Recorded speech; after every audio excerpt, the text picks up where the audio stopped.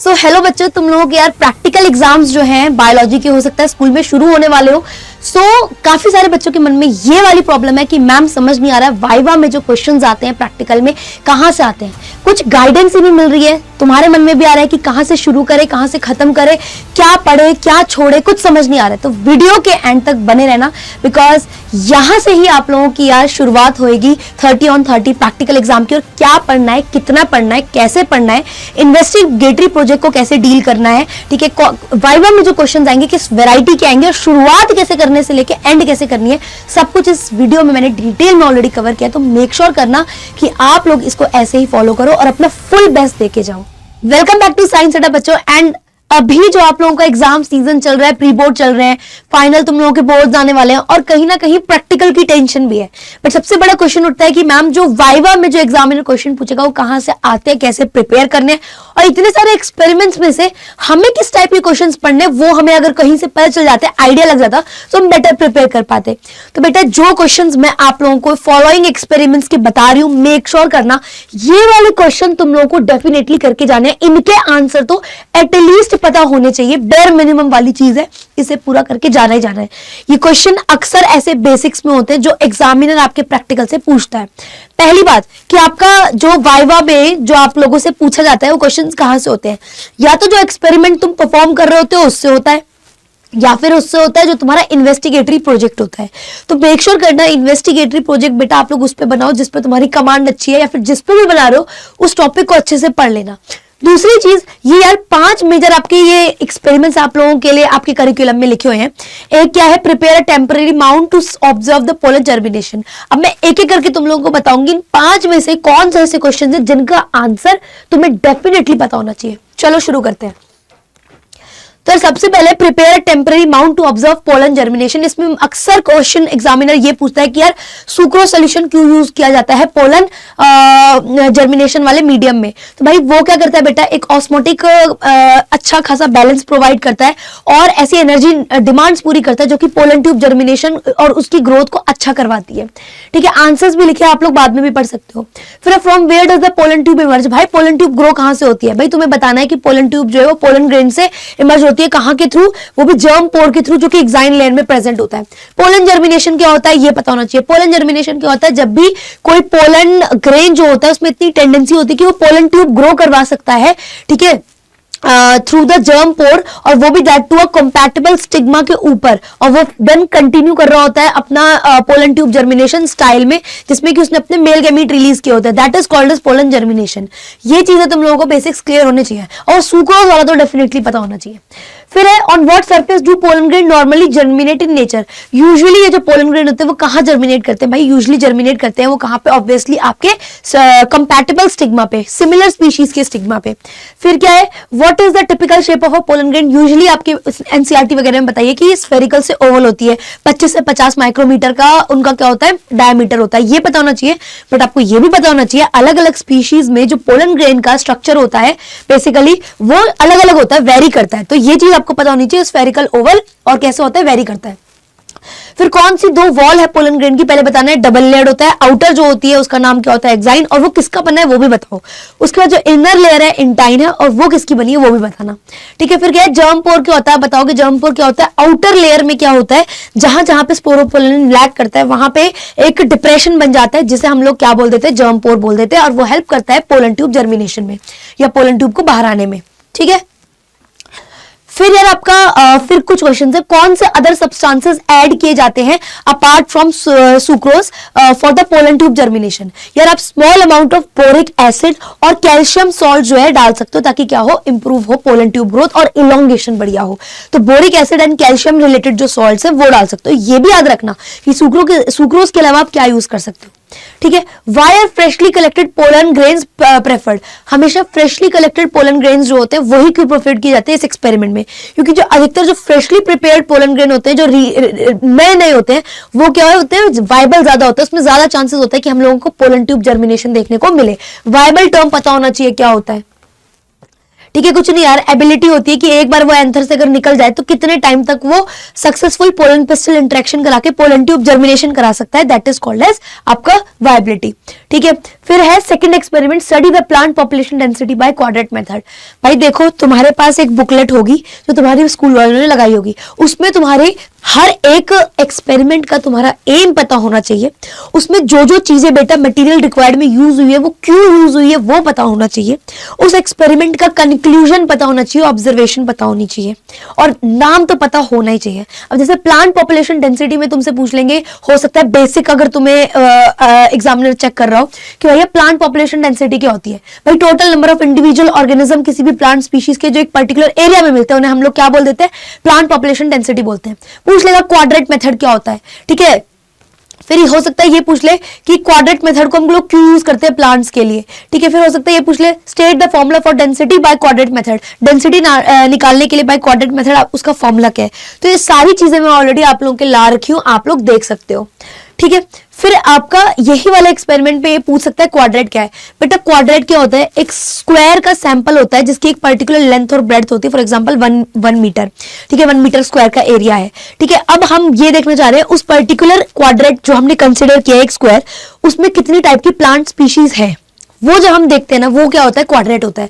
ये easy language में मैंने देखा है कि मान लो 4 क्वाड्रेट अलग अलग इलाकों में रख दिए, एक पर्टिकुलर प्लांट स्पीशीज जो है 5 इसमें है, एक स्पीशीज है प्लांट की 5 इसमें, 5 इसमें, 6 इसमें, 4 इसमें। तो इस मेथड के थ्रू हम ये देखते हैं कि कितने इलाके में, एक इलाके में आपने क्वाड्रेट बिछाए हुए हैं, उसमें उस प्लांट की कितनी स्पीशीज लाई करती है वो आप इजिली जो है आइडेंटिफाई कर सकते हो इस मेथड के थ्रू, ठीक है। फिर state 2 precaution while using the quadrat method. 2 ऐसी चीजें जो आपको क्वाड्रेट मेथड को यूज करते समय ध्यान रखने, वो 2 प्रिकॉशंस क्या होने चाहिए, जो क्वाड्रेट आप ले रहे हो वो सेम साइज का एंड शेप का होना चाहिए पूरे के पूरे एक पर्टिकुलर एरिया के लिए। और जब आप मेथड परफॉर्म करते हो आपको मेक श्योर करना है कि आप कोई भी वेजिटेशन को या प्लांट स्पीशीज को रप्चर नहीं कर रहे हो या डैमेज नहीं पहुंचा रहे हो, अदरवाइज कैलकुलेशन में मिस्टेक आ सकती है, ठीक है। फिर आपका नेक्स्ट एक्सपेरिमेंट है study the plant population frequency by quadrat method. अब हो सकता है इसमें पूछ ले प्लांट पॉपुलेशन फ्रीक्वेंसी क्या है। भाई जो वो क्वाड्रेट्स हैं जो एक पर्टिकुलर शेप के आपने एक एरिया में बिछाए हैं, उसमें एक प्लांट स्पीशीज के आने के, रियकर होने के कितने प्रतिशत चांसेस होते हैं कि ये एक क्वाड्रेट है, इस एरिया में ये वाली स्पीशीज के होने के कितने प्रतिशत चांसेस है, फ्रीक्वेंसी क्या है अक्कर होने की, वहां पे होने की, उसे हम लोग क्या बोलते हैं, प्लांट पॉपुलेशन फ्रीक्वेंसी कहते हैं। यही चीज को आपको डिफाइन में पता होना चाहिए। फिर हाई फ्रीक्वेंसी क्या इंडिकेट करती है, आप बता सकते हो। हाई फ्रीक्वेंसी बताती है कि कोई भी स्पीशीज कितना रेगुलरली डिस्ट्रीब्यूटेड है उस एरिया में और वो बायोडाइवर्सिटी को कैसे मेंटेन करवाती है। फिर what does the frequency tell you about species. भाई फ्रीक्वेंसी आपको क्या बताती है किसी भी स्पीशीज के बारे में। हाई या लो फ्रीक्वेंसी क्या बताती है, हाई फ्रीक्वेंसी बताती है कि भाई यूनिफॉर्मली डिस्ट्रीब्यूशन है उस पर्टिकुलर स्पीशीज का थ्रू आउट द एरिया। और अगर बहुत कम फ्रीक्वेंसी है तो कहीं ना कहीं पैची मतलब कि कहीं बहुत स्मॉल अमाउंट में वो स्पीशीज प्रेजेंट है, तो उनका अकरिंग होने का वो पैटर्न बताती है कि यूनिफॉर्मली है या पैची अपीयरेंस है, ठीक है। तो ये क्वेश्चन जरूर पढ़ के जाना।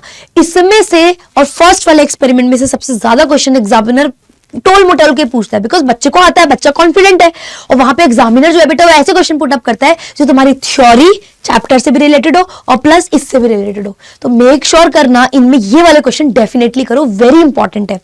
क्या है, prepare a temporary mount of onion root tip to study mitosis. पहले बोलेगा माइटोसिस पढ़ने के लिए अनियन रूट टिप ही क्यों ली, ठीक है, क्योंकि भाई उसमें क्या होता है, मेरिस्टेमेटिक सेल होते हैं जिनके पास पावर ऑफ डिवीजन होती है, और जो सेल डिवाइडिंग सेल होते हैं वहीं पे क्रोमोसोम अपेयर होते हैं। इसी वजह से हमने डिवाइडिंग सेल मेरिस्टेमेटिक टिश्यू लिया जिसमें पावर ऑफ डिवीजन है, तो उसमें क्रोमोसोम अच्छे से इजिली विजिबल होंगे, ठीक है, और बहुत सारी स्टेजेस देखने को मिलेगी। फिर बोल देंगे 4 स्टेजेस क्या है आपके माइटोसिस की, prophase, prime minister, at time, prophase, metaphase, anaphase, telophase. फिर कहेंगे माइटोसिस जो है उसे नॉर्मली पूछ लेंगे कि भाई इक्वेशनल डिवीजन क्यों कहते हैं, बिकॉज माइटोसिस में क्या होता है, जो भी 1 से 2 सेल बनते हैं उसमें वो सिमिलर होते हैं एक दूसरे के, और उसमें सिमिलर नंबर ऑफ क्रोमोसोम पास होता है, ठीक है, दैट्स वाई उसे हम क्या बोलते हैं, इक्वेशनल डिवीजन। तो ये सारी चीजें पता होनी चाहिए। फिर इसी में ना पूछ लेंगे सिर्फ माइटोसिस क्या है, आप बताओगे एक टाइप का सेल डिवीजन है जिसमें एक सेल से 2 सेल बनते हैं, वो 2 सेल में हमेशा इक्वल नंबर ऑफ क्रोमोसोम पास होते हैं, ठीक है, दैट इज कॉल्ड एज बेटा माइटोसिस। फिर बोल देंगे रूट टिप्स को हमने ट्रीट क्यों किया अलॉन्ग विद द HCl। देखो HCl क्या कर देता है ना, जो रूट टिप होती है उसे काफी ज्यादा सॉफ्टन कर देता है और सेल वॉल वगैरह को भी ना सॉफ्ट कर देता है और सेल्स को लूज कर देता है, ताकि हम लोग स्क्वैश वगैरह इजिली बनाए। स्क्वैश बनाने से क्या होता है, आप रूट टिप को ऐसे कर रहे हो HCl से डिप करने के बाद, तो उसकी सिंगल लेयर बन जाएगी बेटा रूट टिप की। वो सेल्स जो है आपने स्क्वैश कर दिए, तो सारे के सारे जो सेल्स है वो अपीयर होंगे एक सिंगल लेयर में, जिसकी हेल्प से जब आप माइक्रोस्कोप में ऑब्जर्व करोगे तो तुम्हें बहुत सारे सेल्स देखने को मिलेंगे अलग अलग डिवाइडिंग फेस में, और तुम्हें ज्यादा फेसेस माइटोसिस की देखने को मिलेगी। इसीलिए हम लोगों का मकसद होता है कि वो सिंगल लेयर जो है स्क्वैश करके अच्छे से बन जाए। उसके लिए हमें रूट टिप कैसी चाहिए होती है, लूजन चाहिए होती है और सॉफ्टन चाहिए होती है, ताकि वो इजीली स्क्वैश हो जाए, ठीक है, ताकि वो सिंगल लेयर में सारे सेल्स हमें अच्छे से देखने को मिले। फिर क्या है, सिग्निफिकेंस माइटोसिस की बहुत इजी है, बट बच्चे अक्सर हड़बड़ी में गलत बता देते हैं। तुम्हें चोट लग जाती है तो सेल वापस से डिवाइड हो के वहां का एरिया वापस से कवर कर देता है, तो ये रिपेयर में, डैमेज में, ग्रोथ में, सब में क्या है, माइटोसिस हो रही है अल्टीमेटली। और क्या क्वेश्चन आते हैं बेटा यहाँ पे, वाई आर स्टेन्स लाइक एसीटोकार्माइन और एसीटोऑर्सेन यूज्ड। भाई ये जो यहाँ पे स्टेन्स लिखे हैं, ये ऐसे स्टेन्स होते हैं बेटा जो अल्टीमेटली क्रोमोसोम को स्टेन करके हमें माइक्रोस्कोप में विजिबिलिटी प्रोवाइड करते हैं क्रोमोसोम की। तो ये क्या है, इट इज लाइक गुलाल को आप लगाते हो तो अलग से दिखते हो, तो ये स्टेन्स क्या है, क्रोमोसोम को कलर दे देते हैं, जो कि हमें माइक्रोस्कोप में इजिली ऑब्जर्व करवाता है कि कैसे वो कौन सी फेज में प्रेजेंट है, ठीक है। What is the purpose of squashing the root tip? अभी मैंने बताया, जब हम रूट टिप को स्क्वैश करते हैं तो जितने भी सेल्स है वो एक सिंगल लेयर में अरेंज हो जाते हैं, चपट जाते हैं। जब आप माइक्रोस्कोप में देखते हो तो आपको बहुत सारे वैरायटी ऑफ सेल्स अलग अलग फेज में देखने को मिलते हैं, और उतना ही ज्यादा आप माइटोसिस को अच्छे से पढ़ सकते हो, ठीक है। फिर अब लास्ट एक्सपेरिमेंट, ये एक्सपेरिमेंट से बेटा हो सकता है एग्जामिनर, अगर तुम इसमें फंस गए, ठीक है, तो हो सकता है वो पूरी बायोटेक्नोलॉजी आपका स्पेसिफिकली प्रिंसिपल एंड प्रोसेसेस वाला पूरा उसमें नॉलेज जो है यहाँ पे चेक कर सकता है। तो मेक श्योर करना बायोटेक की यूनिट भी अच्छे से पढ़ के जाओ, और उसमें भी बायोटेक का पहला वाला चैप्टर प्रिंसिपल एंड प्रोसेसेस वाला, ठीक है। Isolate DNA from available plant material such as spinach, green pea seeds या पपाया, बनाना एक्सेट्रा। अब इसमें बोल सकता है कि क्या बेसिक प्रिंसिपल होता है डीएनए आइसोलेशन का। आपको पता है डीएनए आइसोलेशन का बेसिक प्रिंसिपल क्या है, प्लांट सेल को तोड़ो, सेल्यूलेज डाल के, सेल वॉल टूट गई, फिर उसके बाद क्या करना है हम लोगों को, लिपिड्स वगैरह को डाइजेस्ट करवाने के लिए, आरएनए को, प्रोटीन को डाइजेस्ट कराने के लिए लाइपेज, प्रोटीएज और आपका वो क्या कहते हैं, लाइपेज, प्रोटीएज और एक और होता है ना, लाइपेज, प्रोटीएज और एक और होता है जो आरएनएज है वो डालते हैं, ताकि हमारा डीएनए कंटेमिनेट ना हो, वो सारी चीजें रप्चर हो जाए। और फिर हम लोग चिल्ड इथेनॉल डाल के स्पूलिंग के थ्रू क्या करते हैं, अपने डीएनए को प्योर फॉर्म में क्या है, रिमूव करवा लेते हैं। तो ये बेसिक प्रिंसिपल है, आप लोगों को इस तरीके से बताना पड़ेगा। अब एग्जामिनर पूछ सकता है कि हम डिटर्जेंट या शैम्पू यूज क्यों करते हैं डीएनए एक्सट्रैक्शन में।